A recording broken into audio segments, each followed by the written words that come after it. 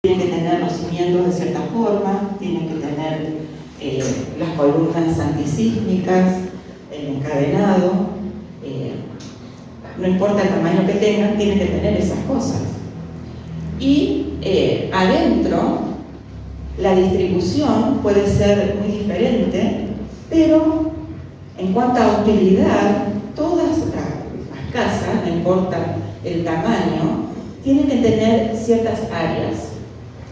Por ejemplo, tiene que haber un lugar donde se pueda preparar la comida. Tiene que haber un lugar donde dormir. Una mesa donde comer, trabajar, un baño, ¿no? Entonces, si es un buen ambiente, y a mí me ha tocado vivir en un buen ambiente, entraba y a la izquierda había una pared chiquita donde estaba el área cocina, ¿no? Después para el otro lado había una mesita, un sofá cama y un baño. Pero estaban las cosas esenciales. Y en cualquier casa tienen que estar esas cosas.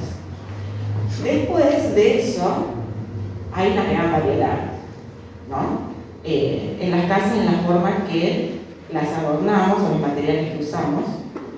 Entonces, por ejemplo, algunas personas le dan mucha importancia a la cocina, la parte del comedor y la mesa. Entonces, las personas que cocinan mucho, que tienen gente en la casa, esa es el área más importante de la casa. Hay otros que trabajan desde la casa y necesitan tener oficina, ¿no?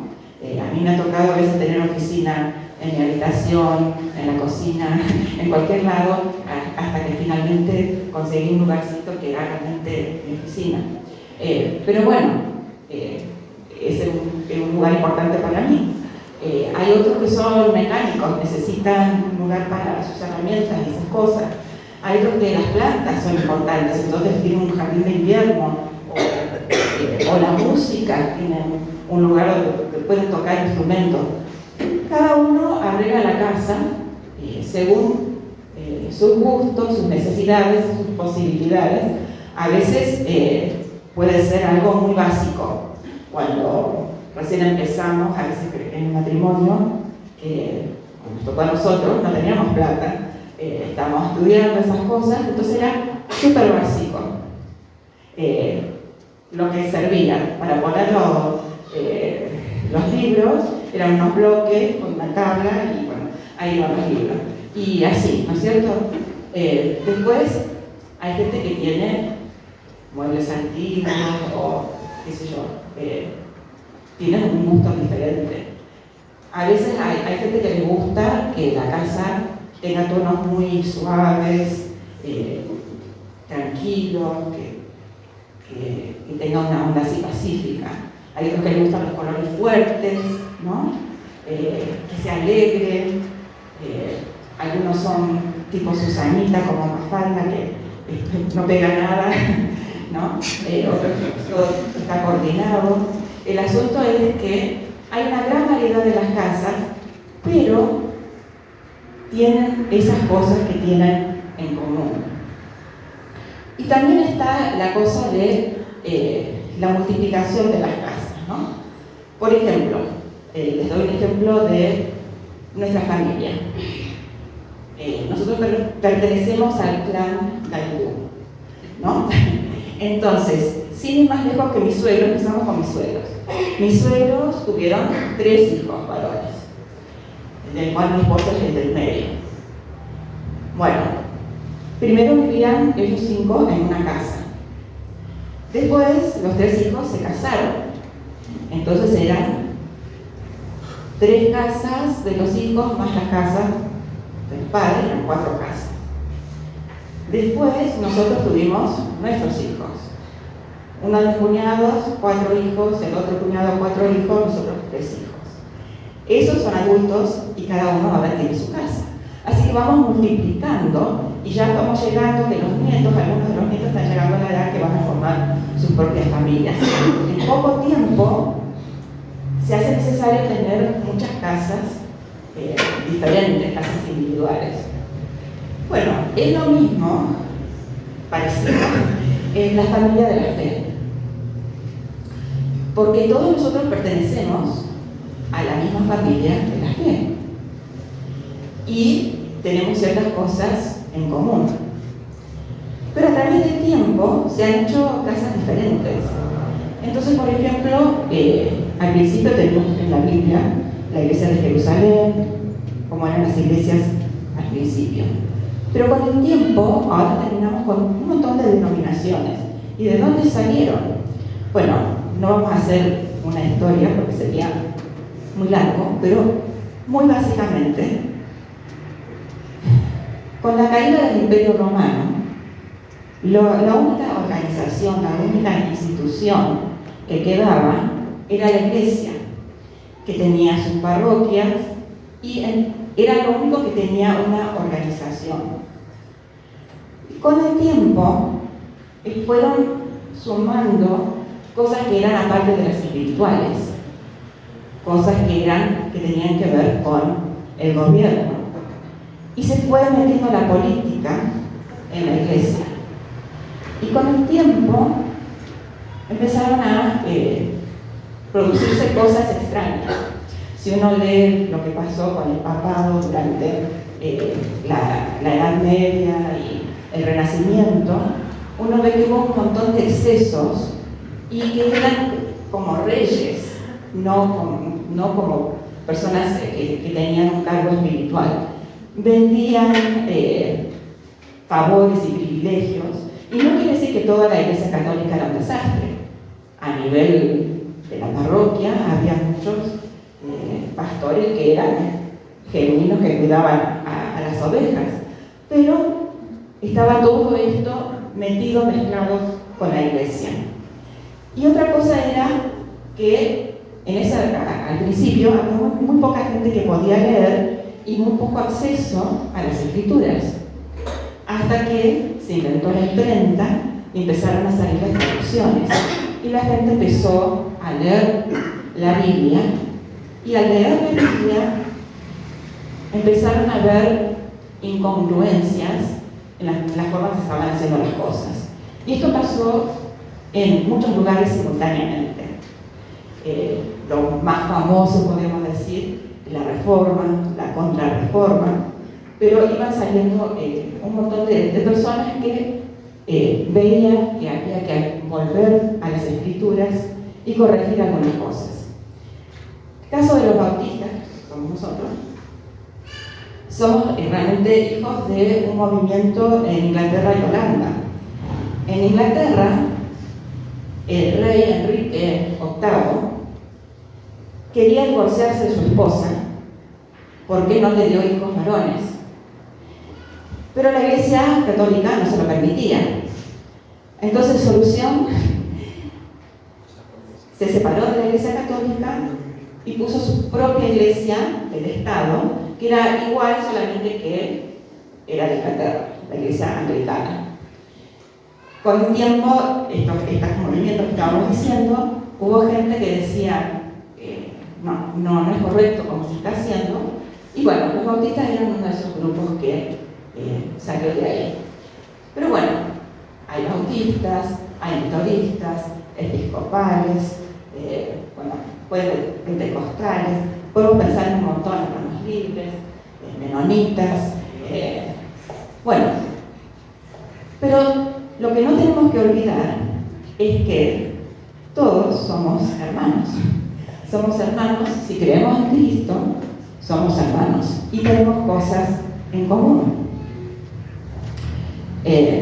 Miren, en Efesios 4, 3 a 6, dice: procuren mantenerse siempre unidos, con la ayuda del Espíritu Santo y por medio de la paz que ya los une.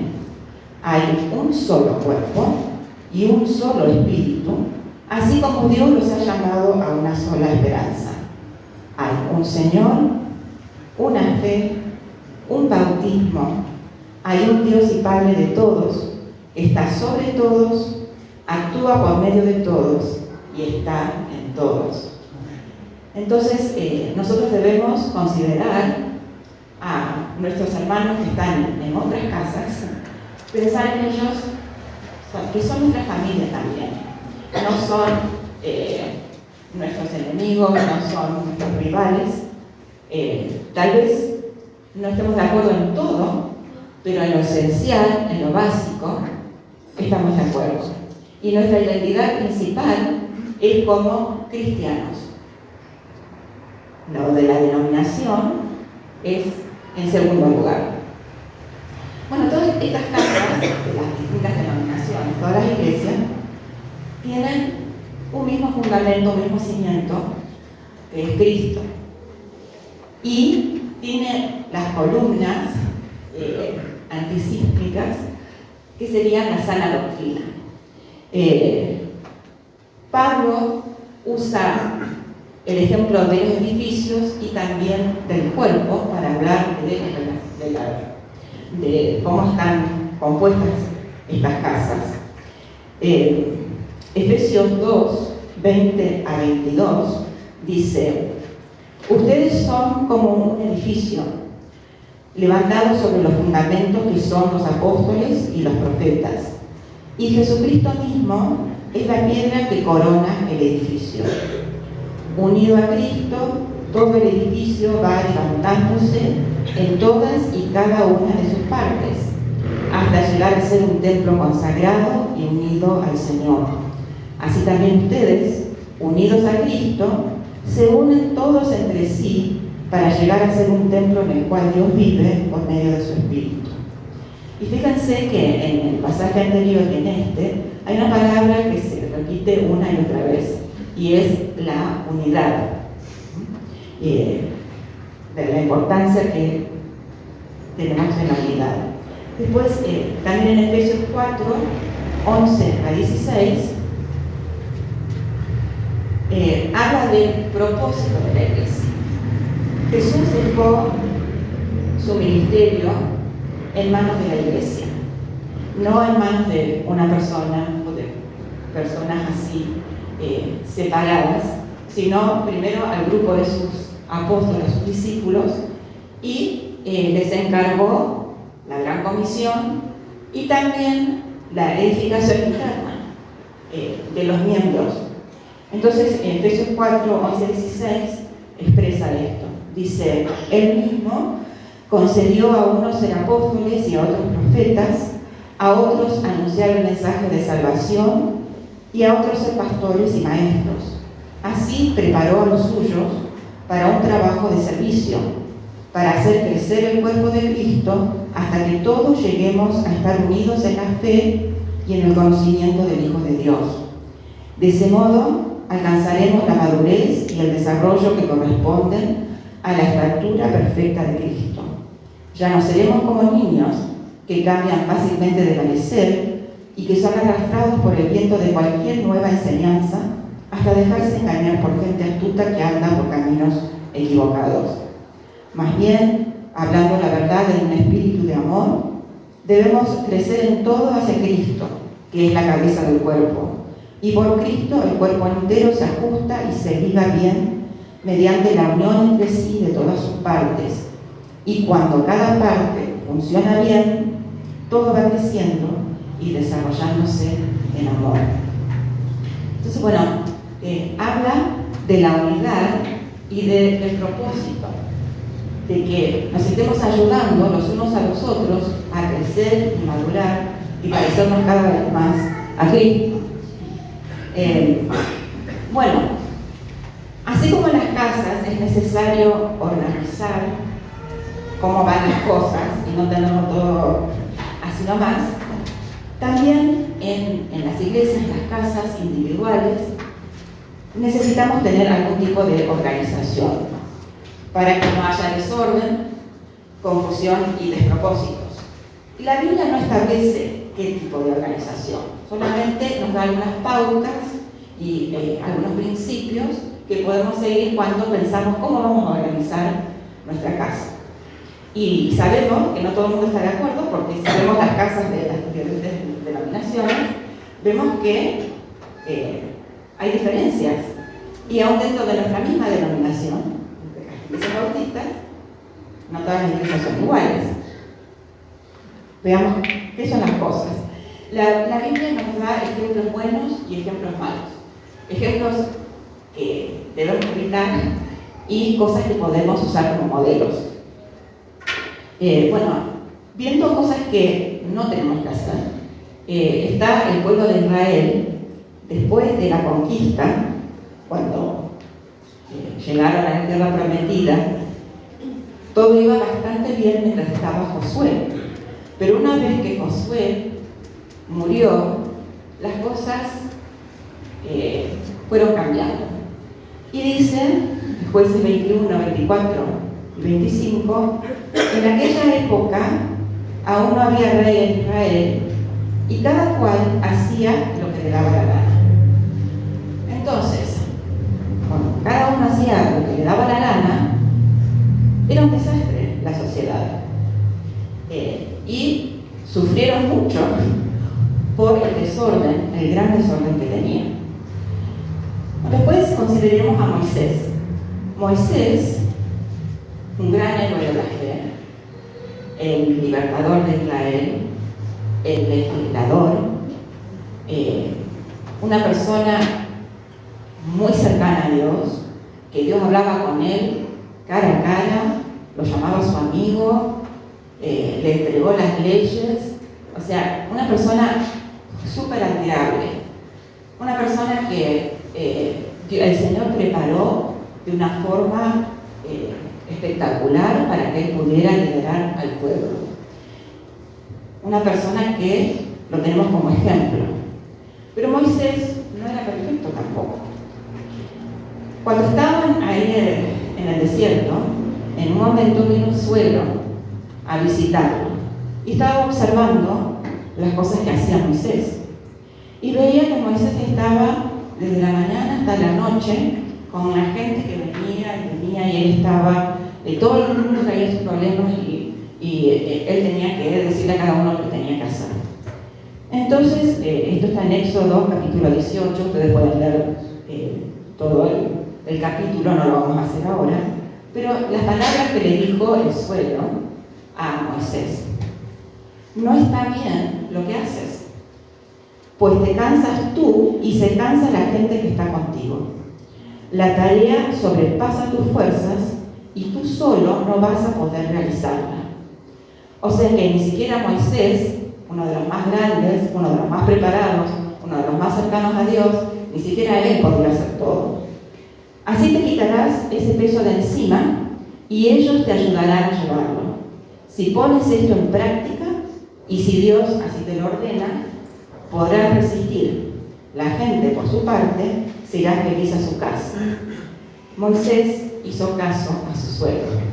Entonces, la recomendación había sido que nombrara a personas que fueran sabias, que lo pudieran ayudar. Entonces, en las cosas menores, ellos iban a poder resolver los problemas y solamente traerle a él cuando era una cosa más grave.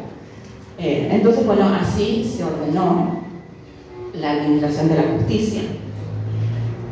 En el Nuevo Testamento tenemos en la primera iglesia, y ya hemos leído muchas veces, cuando se eligieron a los diáconos, en el capítulo 6 de Hechos. Y en el versículo 2, los apóstoles dicen: no está bien que nosotros dejemos de anunciar el mensaje de Dios para dedicarnos a la administración. Por eso, hermanos, busquen entre ustedes 7 hombres de confianza, entendidos y llenos del Espíritu Santo, para que les encarguemos esos trabajos. Nosotros seguiremos orando y proclamando el mensaje de Dios. Pasó más o menos lo mismo que le había pasado a Moisés. Estaban cargando con todo a los apóstoles. Tenían que enseñar, tenían que predicar, tenían que orar, tenían que resolver los problemas. Entonces era como demasiado y les quitaba la atención de las tareas más importantes que necesitaban hacer. Bueno, así como en las casas dijimos que todas las casas tienen ciertas áreas que son indispensables, también en las iglesias, cada casa particular, como nuestra congregación, hay áreas que tienen que estar. Entonces, por ejemplo, la predicación, el evangelismo, la enseñanza, la adoración, la comunión, la ayuda en las necesidades y la pastoral, consejos. Estas son áreas que necesitan estar de algún modo en cada iglesia. No nos dice cómo, pero sí que necesitan estar. Si vemos a la primera iglesia en Hechos, capítulo 2, comenzando con el versículo 42, nos describe qué es lo que hacían estos primeros creyentes, que no tenían mucha organización todavía, pero fíjense que las cosas que tenían.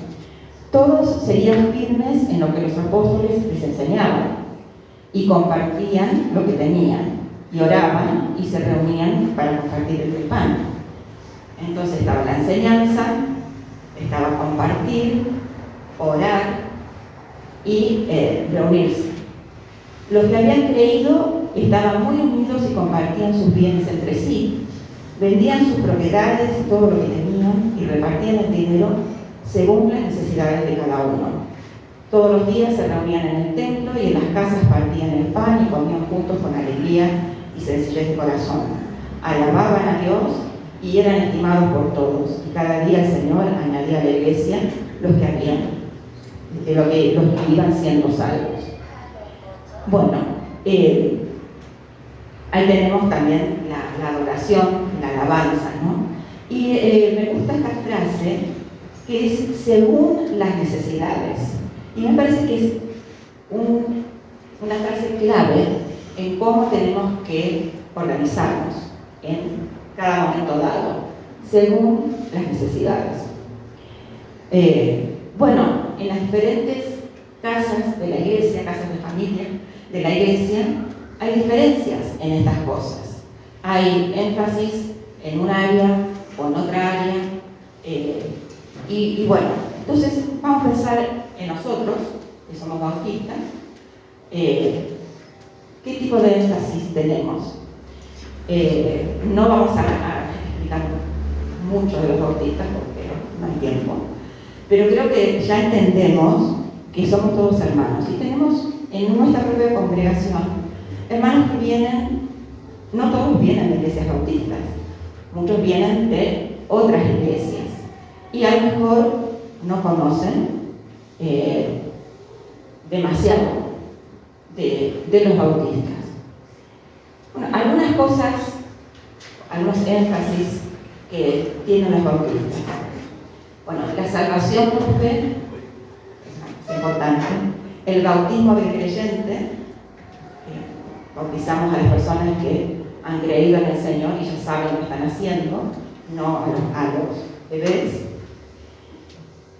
La Biblia como el documento principal. No puede haber ningún otro credo o ningún otro documento que sea de igual importancia o más que la Biblia.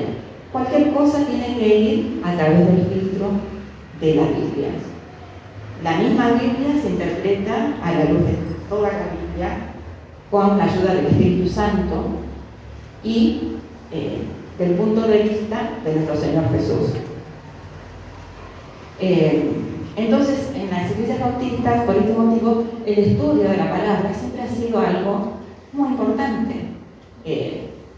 Se ha organizado de diferentes formas. En el siglo pasado, era como casi todas las iglesias, domingo por la mañana, a las 10 de la mañana, escuela dominical, donde se hacía estudio bíblico por edades, de 11 a 12, culto matutino, con un énfasis en la misma congregación. A la tarde, la unión de preparación, que también era estudio bíblico con énfasis misionero y culto con un énfasis evangelístico. Y eso era, digamos, lo típico. Ahora ya no es así. Pero vemos en esa organización que le daba mucha importancia al estudio bíblico y a la proclamación. Bueno, También los bautistas han tenido mucho énfasis en las misiones. En el siglo pasado, los bautistas han sido los que han enviado más misioneros a todo el mundo. Actualmente también. Y actualmente también ha cambiado el énfasis. El siglo pasado era en todo el mundo, pero ¿qué pasó? Por ejemplo, acá en Latinoamérica no hacen falta porque están los líderes que ya están capacitados, que son de acá. Entonces el énfasis ahora está en los lugares que no están alcanzados, especialmente en Medio Oriente y lugares así. La separación de la Iglesia y del Estado siempre ha sido algo característico de los bautistas. Lamentablemente, en los últimos años, no todas las iglesias bautistas se han acordado de esto y se han metido en la política, y eso ha sido de mal testimonio. Entonces, bueno, una cosa que necesitamos recuperar: separación de Iglesia y Estado.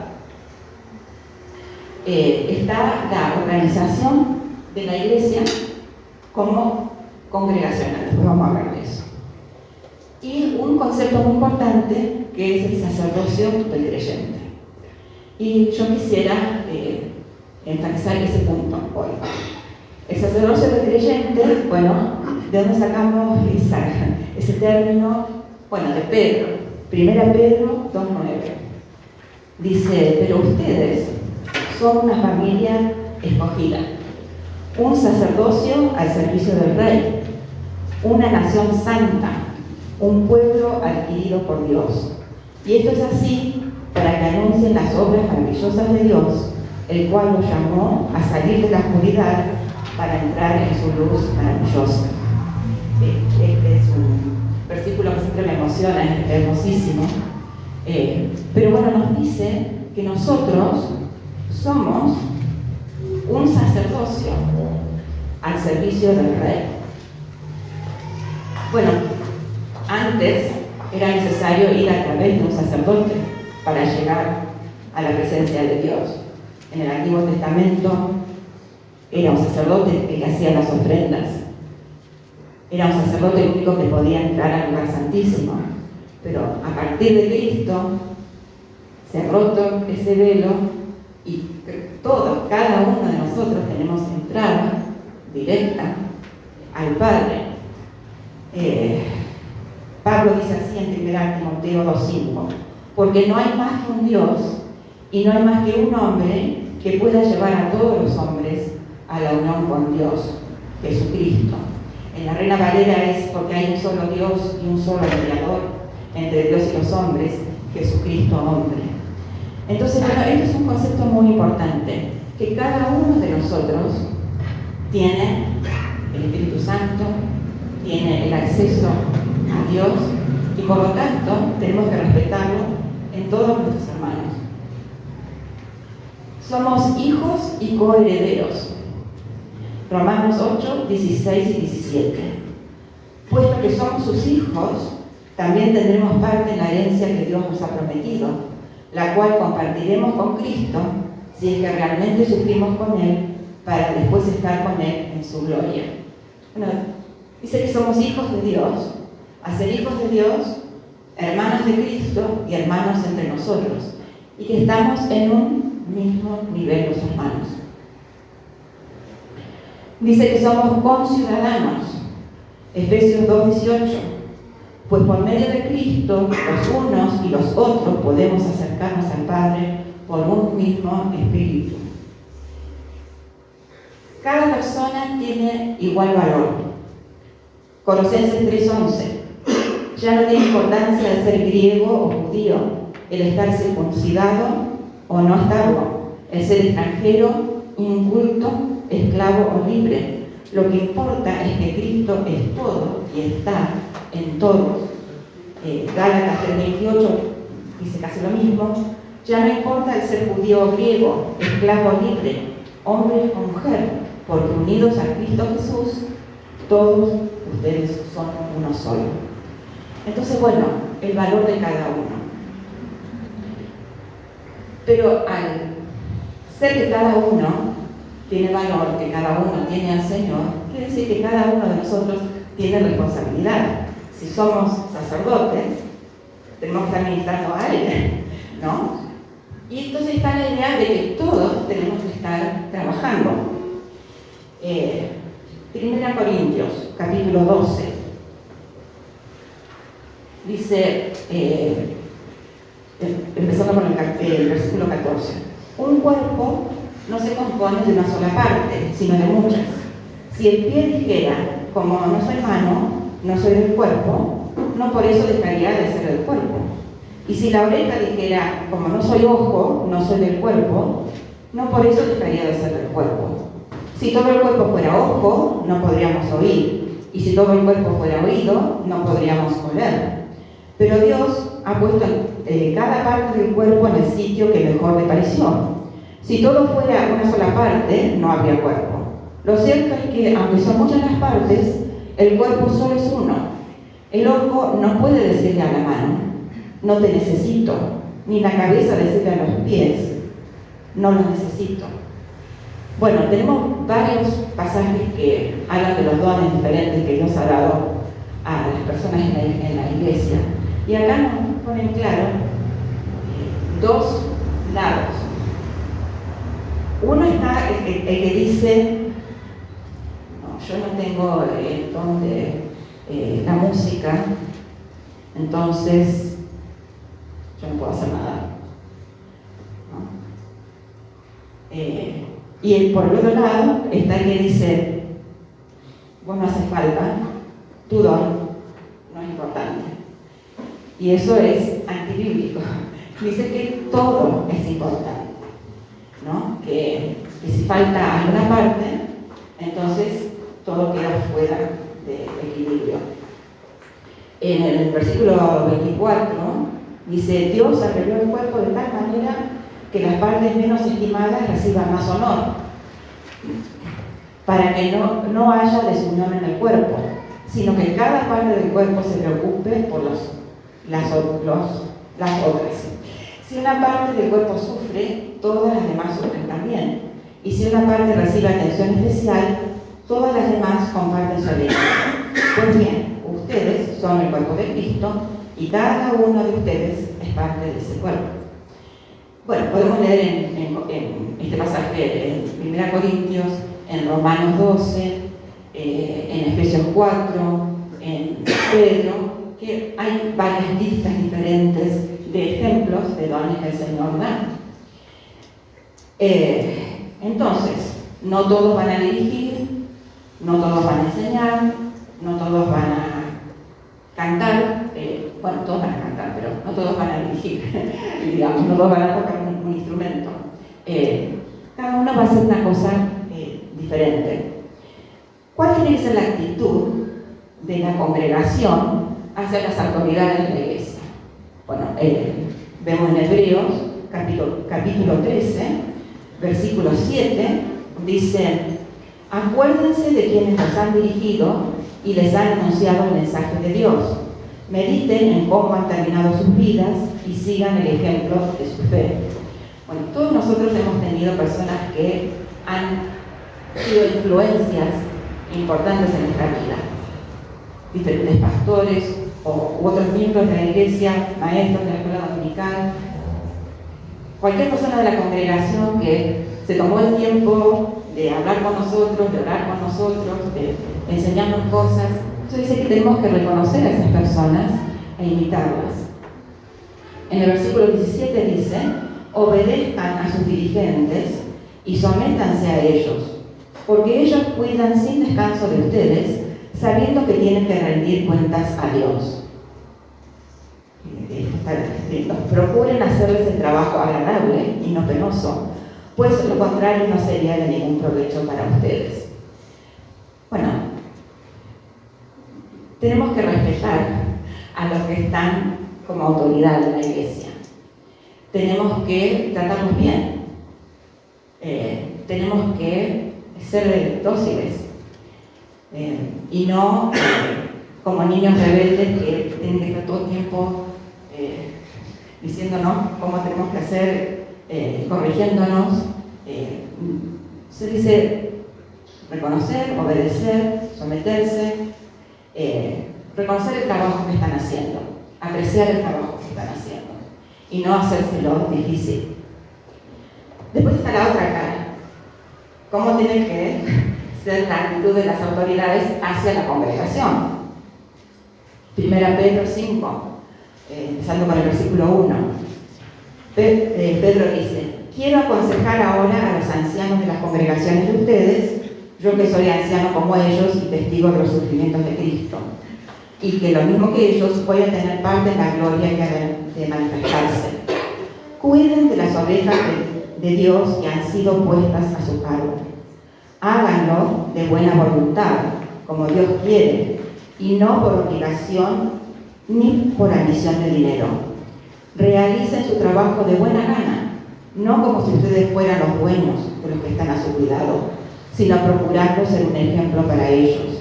Así, cuando aparezca el pastor principal, ustedes recibirán la corona de la gloria, una corona que jamás se marchitará. Bueno, vemos entonces que hay respeto de la congregación hacia las autoridades y respeto de las autoridades hacia la congregación. En otras partes dice que nos sometamos los unos a los otros, considerando al otro más importante. Y está el principio que Cristo nos dio, que Él vino para servir y no para ser servido. Entonces cualquiera que está en un cargo en la iglesia tiene que tener ese mismo espíritu que tuvo Cristo. No que está como para mandar a la gente que está a su cargo, sino que está para guiarlos, para ser ejemplo. Bueno, y todos, las autoridades y cada uno de la congregación, tienen que estar atentos a la sana doctrina. Por eso estudiamos la Biblia. Jesús nos advirtió de esto. Mateo 7, empezando con el versículo 15, dice: cuídense de esos mentirosos que pretenden hablar de parte de Dios. Vienen a ustedes disfrazados de ovejas, pero por dentro son lobos feroces. Ustedes los pueden reconocer por sus acciones, pues no se cosechan uvas de los espinos, ni higos de los cardos. Así, todo árbol bueno da fruto malo. Todo árbol bueno da fruto bueno, pero el árbol malo da fruto malo. El árbol bueno no puede dar fruto malo, ni el árbol malo da fruto bueno. Todo árbol que no da buen fruto se corta y se echa al fuego, de modo que ustedes los reconocerán por sus acciones. Bueno, Jesús nos dice: ¿cómo podemos saber si una persona realmente viene de parte de Dios o no? ¿Cuál es el resultado de sus acciones? Si esa persona causa divisiones en la iglesia, si causa malestar entre las personas, esa no es una señal de un fruto del Espíritu. Pero si su ministerio causa crecimiento, claridad en la enseñanza, entonces podemos saber que es una persona que viene de parte del Señor. Primera Juan 4:1 dice: queridos hermanos, no crean ustedes a todos los que dicen estar inspirados por Dios, sino pónganlos a prueba, a ver si el espíritu que hay en ellos es de Dios o no. Porque el mundo está lleno de mentirosos que dicen hablar de parte de Dios. Y en nuestros tiempos, esto es un peligro muy importante, porque tenemos tanto alrededor nuestro. En Internet hay de todo. Hay muchísimas predicaciones, sermones, estudios. Tenemos que nosotros conocer la palabra para poder saber si es una cosa que viene del Señor o no viene del Señor. Y tiene que pesar más la enseñanza dentro de la iglesia que las cosas que van picando afuera. Así que algo para tener en cuenta. No que no se pueda escuchar, pero que hay que tener sabiduría, hay que tener discernimiento a la hora de qué es lo que escuchamos. Bueno, y hablamos de la congregación, de la participación de la congregación. Bueno, hay ejemplos buenos y malos en la Biblia. Vamos a hablar de la forma sana de que la congregación puede participar cuando hay, por ejemplo, elección de autoridades, cuando hay problemas que tratar. Y por supuesto que nos vamos a basar en la Biblia. Primero, tenemos un ejemplo de la participación de la congregación en la elección de autoridades. Hechos, capítulo 6, donde es la elección de los diáconos. No vamos a leer todo ese pasaje porque todos lo conocemos, pero sí quería leer algunos versículos. El versículo 2 dice: los 12 apóstoles reunieron a todos los creyentes y les dijeron: no está bien que nosotros dejemos de anunciar el mensaje de Dios para dedicarnos a la administración. Por eso, hermanos, busquen entre ustedes 7 hombres de confianza, entendidos y llenos del Espíritu Santo, para que les encarguemos estos trabajos. Nosotros seguiremos orando y proclamando el mensaje de Dios. Todos estuvieron de acuerdo y escogieron a los 7 que se nombran. Luego los llevaron a donde estaban los apóstoles, los cuales oraron y les impusieron las manos.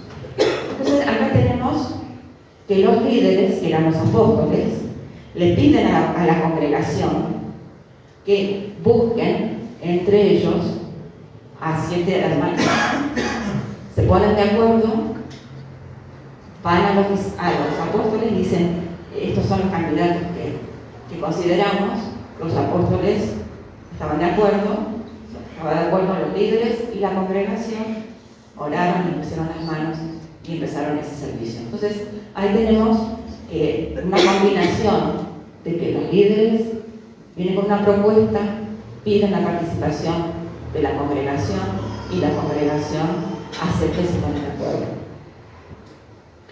En decisiones importantes que hay que tomar en la iglesia, tenemos otro ejemplo, Hechos 15, que es el concilio de Jerusalén. Cuando hubo todo ese problema que Pablo y Bernabé habían estado en el viaje de misionero y que habían venido algunos creyentes judíos y les habían dicho que no podían ser cristianos si no se circuncidaban primero, no podían ser salvos. Entonces dice que tuvieron una gran discusión. Vamos a leer los primeros 2 versículos del capítulo 15. Por aquel tiempo, algunos que habían ido de Judea a Antioquía comenzaron a enseñar a los hermanos que no podían ser salvos si no se sometían al rito de la circuncisión, conforme a la práctica establecida por Moisés. Pablo y Bernabé tuvieron una fuerte discusión con ellos. Y por fin Pablo, Bernabé y algunos otros fueron nombrados para ir a Jerusalén y tratar este asunto con los apóstoles y ancianos de la iglesia de aquella ciudad. Bueno, no existe una iglesia en el mundo, en ninguno de los tiempos, donde no haya problemas, donde no surjan cuestiones. Acá este es un ejemplo de una cuestión que surgió y que se puso bastante bravo, porque dice que tuvieron una discusión fuerte. Entonces, ¿qué hicieron Pablo y Bernabé? Dijeron: nosotros somos los apóstoles, entonces hacen lo que nosotros decimos o se van. No dijeron así, dijeron, la congregación dijo: bueno, no estamos resolviendo esto bien solos, los vamos a mandar a ustedes dos con algunos otros, vayan y pidan consejo en la iglesia de Jerusalén. Entonces van a Jerusalén. El versículo 4, cuando Pablo y Bernabé llegaron a Jerusalén, fueron recibidos por la iglesia y por los apóstoles y ancianos y contaron todo lo que Dios había hecho con ellos. Bueno, primero se reunieron con los líderes, con los apóstoles y los ancianos de la iglesia. Versículos 6 y 7, se reunieron entonces los apóstoles y los ancianos para estudiar este asunto. O sea que ellos les pusieron el problema que tenían y los líderes tuvieron una reunión para ver qué consejo podían dar ante esta situación. Después de mucho discutir, Pedro se levantó y les dijo, y ahí tenemos todo lo que Pedro habla de su experiencia con Cornelio y todo eso.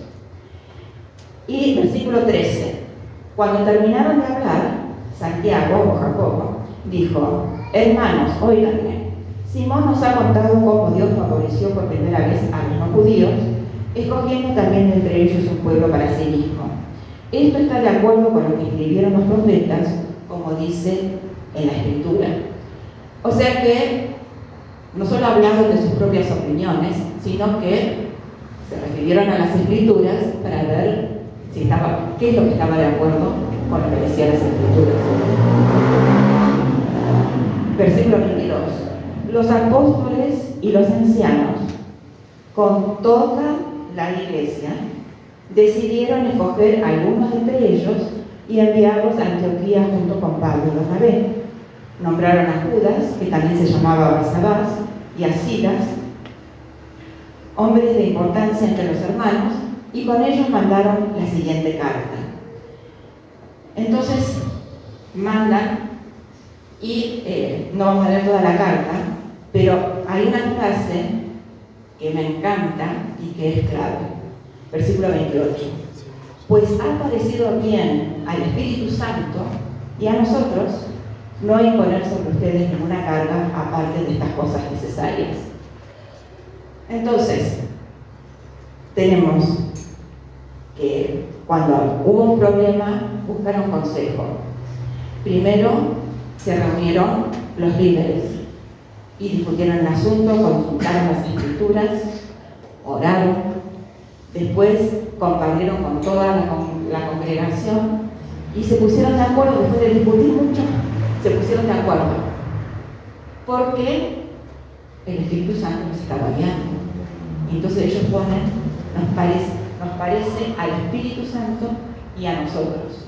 Y todo eso que habían estado discutiendo también estuvieron de acuerdo, o se sometieron por lo menos a la opinión que estaban dando.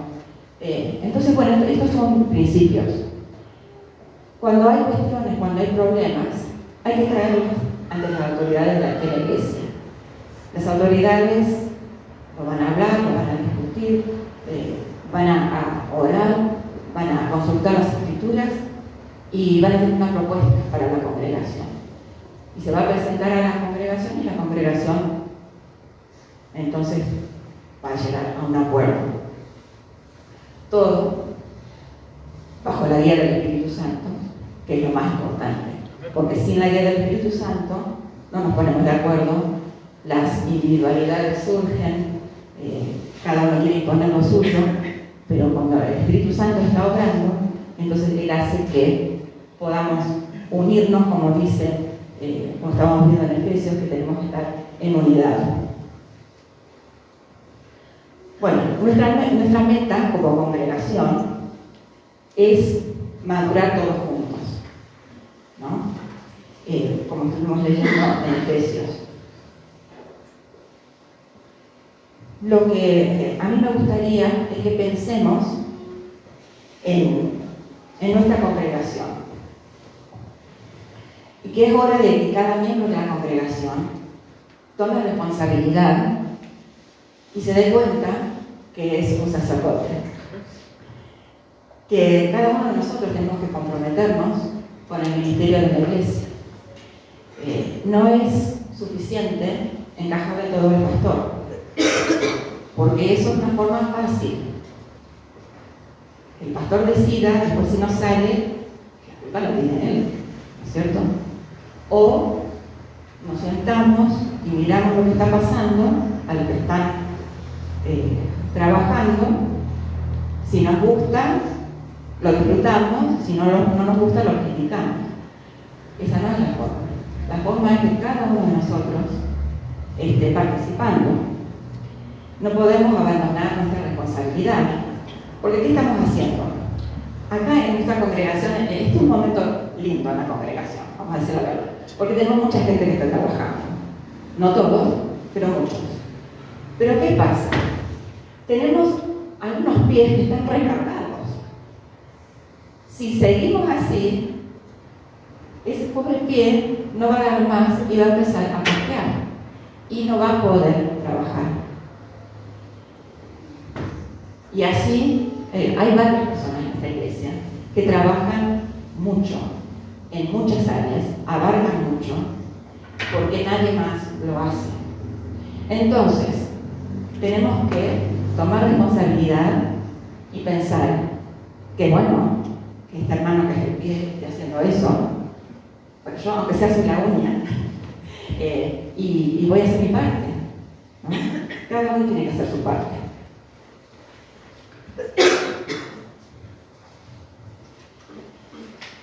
Bueno, otra cosa es que desde la pandemia muchas cosas se desorganizaron, ¿no? Y entonces se trabajó como se pudo. No hay una sola forma de trabajar. Para cada momento de la iglesia hay que decidir la forma de trabajar según las necesidades, como estábamos viendo. Entonces lo que nosotros tenemos que pensar ahora es en este momento de nuestra iglesia, ¿cómo tendríamos que estar organizados? ¿A qué deberíamos estar dando énfasis? ¿Qué es lo que estamos dejando de lado? Por ejemplo, el estudio bíblico. ¿Es importante? Es importante, porque si no, no sabemos cuándo las cosas son verdaderas, cuándo no son verdaderas. Gracias al Señor, tenemos gente trabajando con los niños, con los pequeños, con los preadolescentes, los adolescentes, los jóvenes.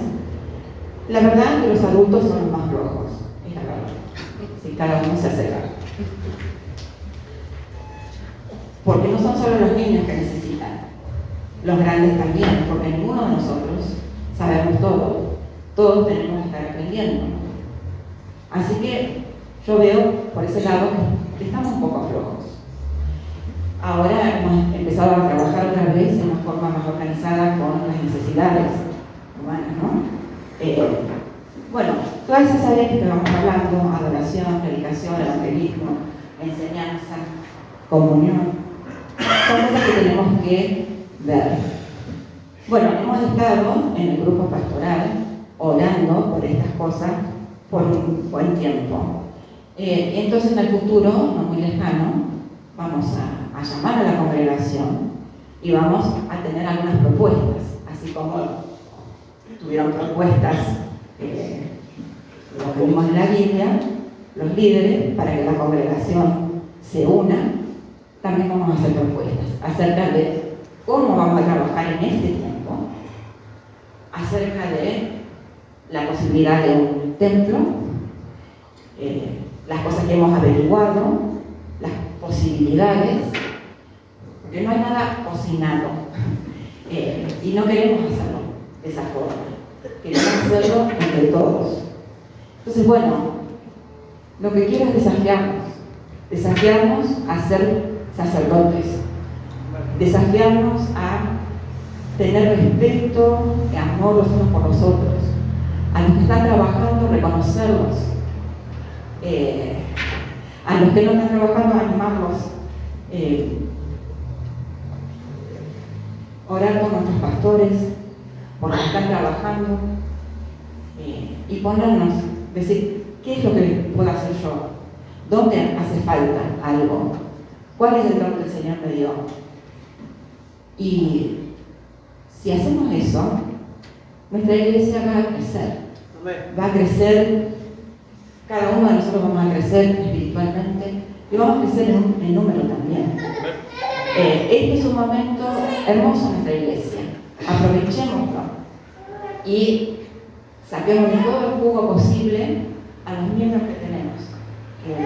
Somos una congregación preciosa que el Señor ama y quiere usar para su gloria. Así que, bueno, eso es lo que quiero que nos quedemos con eso.